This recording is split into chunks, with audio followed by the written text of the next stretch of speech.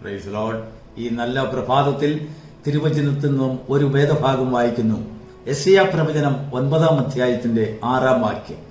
നമുക്ക് ഒരു ശിശു ജനിച്ചിരിക്കുന്നു, നമുക്ക് ഒരു മകൻ നൽകപ്പെട്ടിരിക്കുന്നു, ആധിപത്യം അവന്റെ തോളിൽ ഇരിക്കും, അവന് അത്ഭുത മന്ത്രി, വീരനാം ദൈവം, നിത്യപിതാവ്, സമാധാന പ്രഭു എന്ന് പേർ വിളിക്കപ്പെടും. ദൈവത്തിന് സ്തോത്രം. പ്രത്യാശയുടെ വാഗ്ദത്തങ്ങൾ നിറഞ്ഞതായ ഒരു നല്ല വചനം കർത്താവ് നമുക്ക് ഈ പ്രഭാതത്തിൽ ദാനമായി തന്നതിനായി ദൈവത്തെ സ്തുതിക്കുന്നു. പ്രഭാതത്തിൽ ദൈവസന്നിധിയിൽ കടന്നു വരുമ്പോഴാണ് നമുക്ക് വാഗ്ദത്തങ്ങൾ ഉൾക്കൊള്ളുവാൻ ഇടയാക്കുന്നത്.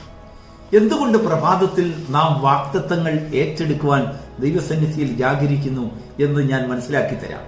നോക്കൂ, ഇവിടെ നാം വായിച്ചതായ വേദഭാഗം ഒരു ശിശു ജനിക്കുന്നതിന് മുമ്പുള്ളതായ വാഗ്ദത്തങ്ങളാണ്. എന്തുകൊണ്ട് ഒരു ശിശു ജനിക്കുന്നതിന് മുമ്പ് സമാധാന പ്രഭുവായി? എന്തുകൊണ്ട് ആ ശിശു അല്ലെങ്കിൽ ആ മകൻ നൽകപ്പെടുന്നതിന് മുമ്പ് നിത്യപിതാവ് എന്നുള്ളതായ നാമം എന്തുകൊണ്ട് താൻ അത് കൈവശമാക്കി? എന്തുകൊണ്ടാണ് ആ വീരത്വവും പ്രഭുത്വവും സമാധാനത്തിന്റെ എല്ലാം ഉറവിടവും തന്റെ കൈകളിൽക്കുള്ളിൽ ഒതുക്കിയത്? മറ്റാരും എടുക്കാതിരിക്കുവാൻ അതിന്റെ ജനനത്തിങ്കിൽ തന്നെ നമുക്ക് നൽകപ്പെട്ടപ്പോൾ തന്നെ, ഒരു ശിശുവായിരിക്കുമ്പോൾ തന്നെ നിത്യപിതാവ്, അത്ഭുത മന്ത്രി, വീരനാം ദൈവം, ഈ പേരുകളെല്ലാം സർവശക്തനായ ദൈവം റിസർവ് ചെയ്തു. കാരണം ആ ജനനത്തിങ്കിൽ റിസർവ് ചെയ്തില്ല എങ്കിൽ അത് വളരും തോറും അതിന്മേൽ ശത്രു കിടന്ന് നൃത്തം ചെയ്തുകൊണ്ടിരിക്കും. ദൈവത്തിന് മഹത്വം ഉണ്ടാകട്ടെ. ഇനിയും നമുക്കറിയാം, ഈ പ്രവചന ഭാഗം കർത്താവിനെ കുറിച്ചുള്ളതായ, കർത്താവിന്റെ ജനനത്തെ കുറിച്ചുള്ളതാണെന്നറിയാം. ഇന്ന് ഈ വചനത്തിൽ നിന്നും ദൈവത്തിന്റെ ആത്മാവ് നമുക്കൊരു സന്ദേശം തരുന്നുണ്ട്. നോക്ക്, നമ്മുടെ ജീവിതത്തിൽ ഒരു വ്യക്തിക്ക് അല്ലെങ്കിൽ ആർക്കെങ്കിലും ഒരു ക്യാൻസർ രോഗം വന്നെന്നിരിക്കട്ടെ. തീർച്ചയായിട്ടും ആ ക്യാൻസർ ഒരു ദിവസം കൊണ്ട് പെട്ടെന്ന് വന്ന ഒരു ക്യാൻസർ അല്ല. ഒരു ന്യൂമോണിയ ഒരാൾക്ക് വരുന്നുണ്ടെങ്കിൽ പെട്ടെന്ന് വന്ന ഒരു ന്യൂമോണിയ അല്ല.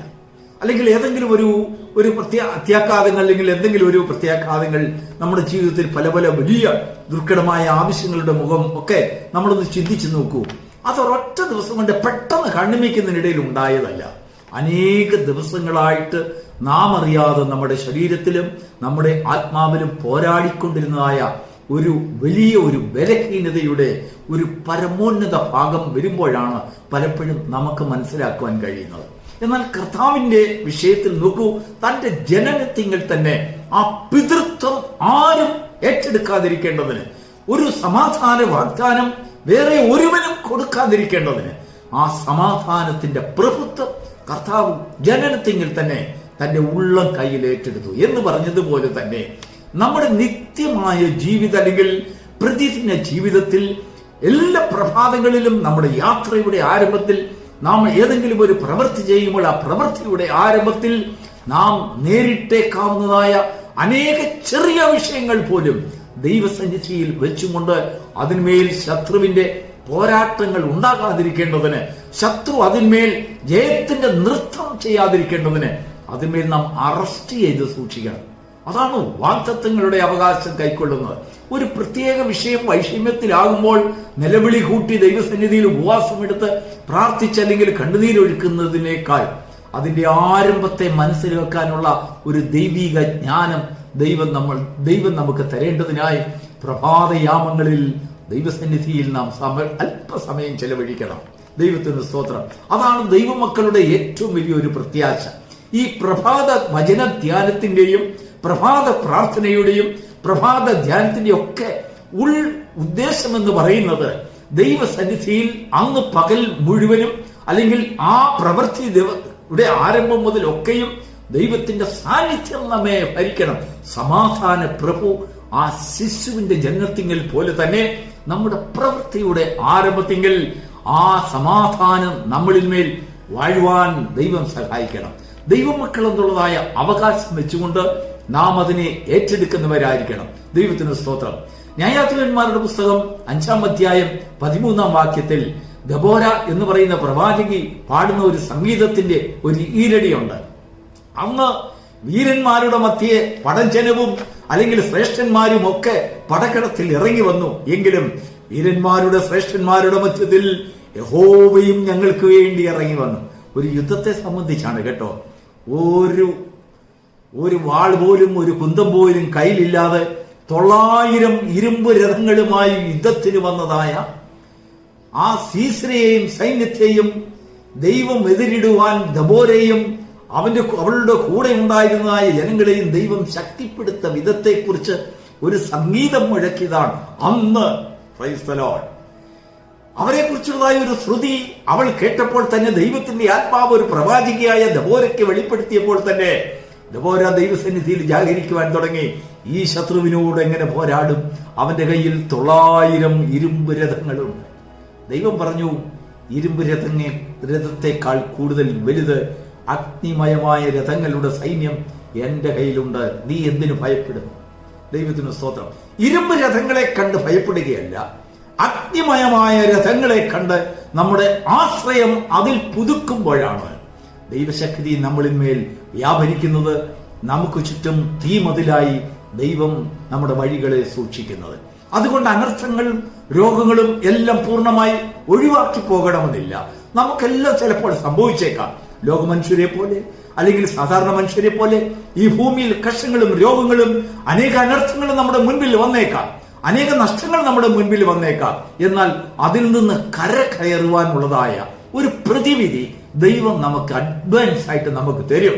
ഇന്ന രീതിയിൽ പോയിരുന്നാൽ ആ കുഴിയിൽ നിന്ന് നിനക്ക് കരകയറാൻ കഴിയും, ആ അനർത്ഥത്തിൽ നിന്ന് നിനക്ക് കരകയറുവാൻ കഴിയും, ആ രോഗത്തിൽ നിന്ന് നിനക്ക് കരകയറാൻ കഴിയും, ആ വേദനയെ സഹിക്കുവാനുള്ളതായ ഒരു കൃപ ദൈവം നിനക്ക് തരും. ഇല്ല എങ്കിൽ എന്താണെന്നറിയോ, നമ്മളിൽ നിലവിളി ഉണ്ടാകും, നമ്മളിൽ കണ്ണുനീരുണ്ടാകും, പെട്ടെന്നൊരു ഉപവാസം, ഒരു പ്രാർത്ഥന, വലിയൊരു ബഹളം, അയ്യോ പ്രാർത്ഥിക്കണേ, ഇന്ന അനർത്ഥം. പക്ഷെങ്കിൽ ദൈവസന്നിധിയിൽ വരുമ്പോൾ നമ്മുടെ വഴികളെ ദൈവത്തിന്റെ കയ്യിൽ കൊടുത്തുകൊണ്ട് ഒരു ശിശു ജനിക്കുന്നതിന് മുൻപ് ഒരു സമാധാന പ്രഭുവിനെ നമുക്ക് നൽകിയിരിക്കുന്നു എന്നുള്ളതായ ഒരു അവകാശവാദം നാം ദൈവസന്നിധിയിൽ വയ്ക്കുമ്പോൾ, അല്ലെങ്കിൽ ഒരു നിത്യപിതാവ് എനിക്ക് വേണ്ടി നൽകപ്പെട്ടിരിക്കുന്നു എന്നുള്ളതായ ഒരു വാഗ്ദത്തം നമ്മുടെ ജീവിതത്തിൽ ഏറ്റെടുക്കുമ്പോൾ, നോക്കൂ, നമ്മുടെ അപ്പന്റെ മക്കളെ പോലെ അവന്റെ സന്നിധിയിൽ നാം സന്തോഷത്തോടെ പ്രതികൂലങ്ങളെ അതിജീവിക്കുന്നതായ മാധുര്യമേറിയ ഒരു ക്രിസ്തീയ ജീവിതത്തിന്റെ ഉടയാളികളാക്കി ദൈവം നമ്മെ മാറ്റുന്നതിനിടയായിത്തീരും. പ്രിയരെ, ഇതാണ് വിശ്വാസ ജീവിതത്തിന്റെ ശ്രേഷ്ഠത. ഒരാപത്ത് വരുമ്പോൾ പെട്ടെന്ന് നിലവിളിക്കുന്നതല്ല വിശ്വാസ ജീവിതം. ആപത്തുകളെ ദൂരെ കണ്ടുകൊണ്ട് നമ്മുടെ ജീവിതങ്ങളെയും വഴികളെയും, നിന്റെ വഴികളെ യഹോവയെ ഫലമേൽപ്പിക്കുക, നിന്റെ ഉദ്ദേശങ്ങളെ യഹോവയെ ഫലമേൽപ്പിക്കുക, നിന്റെ ആഗ്രഹത്തെ യഹോവയെ ഫലമേൽപ്പിക്കുക. അവനത് നിർവഹിക്കും. ദൈവത്തിന് സ്തോത്രം. ദൈവത്തിൽ ആശ്രയിച്ചുകൊണ്ട് എന്താണ് നാം ആശ്രയിക്കുന്നത്?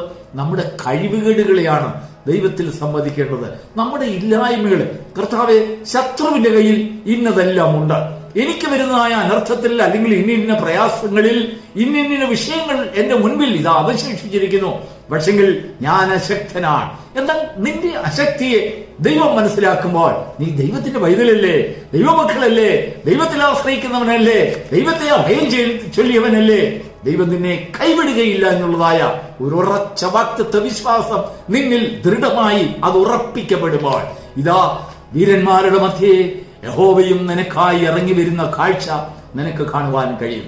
ആ ഇരുമ്പ് രഥങ്ങളെ വിട്ട് സീസര എന്ന് പറയുന്ന രാജാവ് അവൻ കാൽനടയായി ഓടിപ്പോയി, അവൻ മരണത്തിന് കീഴടങ്ങിയതുപോലെ നിനക്കെതിരായി വരുന്ന ശത്രുക്കളിന്മേൽ, നിനക്കെതിരായി ഉണ്ടാകുന്ന പോരാട്ടങ്ങളിൽ ജയമെടുക്കുവാൻ, പ്രതികൂലങ്ങളിൽ നിലനിൽക്കുവാനുള്ള അമിതമായ കൃപ ദൈവം നിനക്കായി വാഗ്ദത്തം ചെയ്യുന്നു. നിനക്കായി അത് അവകാശമാകുന്നു. എന്നാൽ അതിനെ പ്രാപിച്ചെടുക്കുവാനുള്ളതായ ഒരു ആത്മബോധം, ഒരു ഉത്തരവാദിത്വം ദൈവം നമ്മളിൽ ഏൽപ്പിച്ചിരിക്കുന്നു.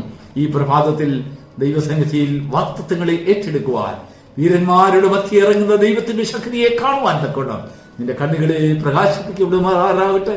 God bless you.